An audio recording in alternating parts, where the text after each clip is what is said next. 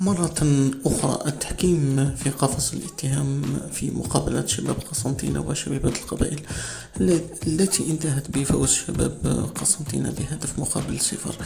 يعني شفنا فيه أخطاء تحكيمية كارثية من غرفة الفار، وأيضا من الحكم الرئيسي حسام بن يحيى. نظن بلي مهزلة كبيرة حدث في قسنطينة، وبالضبط في مقابلة شباب القبائل وشباب قسنطينة في حالة تحكيمية لم تراجعها الفار، وأيضا حتى الحكم الرئيسي لم يقم بمعاينة هذه الأخطاء من أجل اتخاذ القرار السليم. وشفنا يعني 3 ضربات جزاء لا غبار عليها وشرعية بالنسبة لشباب القبائل، وشفنا يعني فيه تصرفات أخرى حيث يعني الفار يستعين في لقطات في وسط الميدان من أجل بطاقة حمراء اللي شفناها كانت راح تمنح لأرتوير بادا، ولكن في النهاية كانت فيها يعني بطاقة صفراء. ولكن يتغاضى النظر في لقطات